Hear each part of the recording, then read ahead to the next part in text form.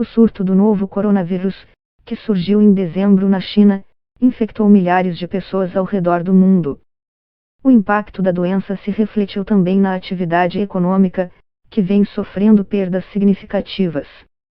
A Associação Internacional de Transporte Aéreo, IATA, na sigla em inglês, estima que as perdas globais de receita do setor devem ficar entre 63 bilhões de dólares e 113 bilhões de dólares, algo entre 290 bilhões de reais e 520 bilhões de reais, na cotação de sexta-feira, 6 de março.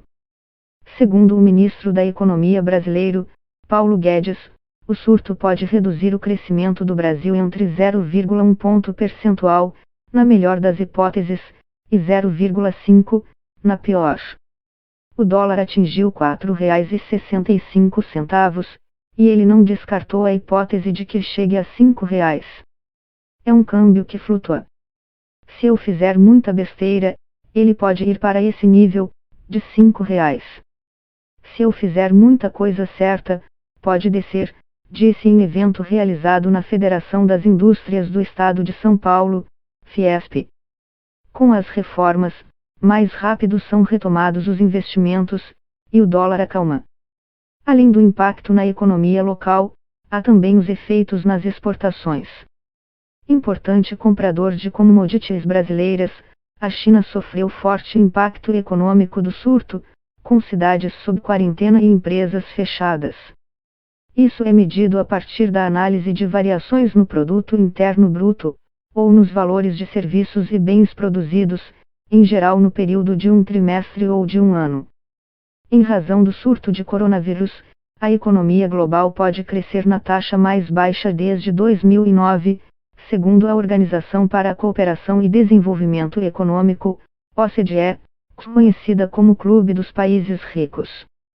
Para a OCDE, se o surto for mais duradouro e intenso, ele pode derrubar essa taxa para 1,5% em 2020, em meio a fábricas fechadas e trabalhadores em casa para evitar a disseminação do vírus. Grandes mudanças nas bolsas de valores, onde participações em empresas são negociadas, podem afetar investimentos de fundos de pensão e de poupanças individuais. Bolsas da Europa e dos Estados Unidos tiveram uma leve alta sob expectativa de que os países farão intervenções para proteger suas economias contra o impacto do surto. O Banco Central americano, por exemplo, cortou taxas de juros em reação. Essa medida, em teoria, torna empréstimos mais baratos e incentiva a atividade econômica. A NASA, Agência Espacial Americana, afirmou que os satélites de monitoramento de poluição detectaram uma queda dos níveis de dióxido de nitrogênio ao redor da China. Os dados indicam que isso se deve, em parte, ao recuo da atividade econômica causado pelo surto. O impacto foi sentido na cadeia produtiva de grandes empresas, como Diageo, JCB e Nissan, que se baseiam na produção chinesa e em mais de 300 milhões de trabalhadores. O medo do surto resulta também em pessoas optando por evitar atividades que poderiam expô-las ao risco de infecção, como sair para fazer compras, por exemplo. As vendas de carros na China, por exemplo, caíram 92% durante a primeira metade de fevereiro. Por outro lado, fabricantes como Tesla e GM estão vendendo mais pela internet.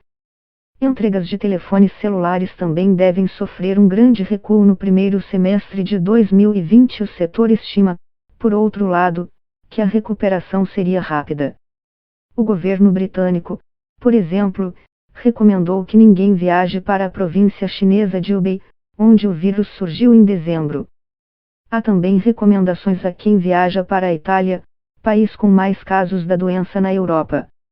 Levantamento da empresa de análises de dados Forward Keys indica que os voos internacionais para a China caíram 55,9% em relação ao mesmo período do ano anterior.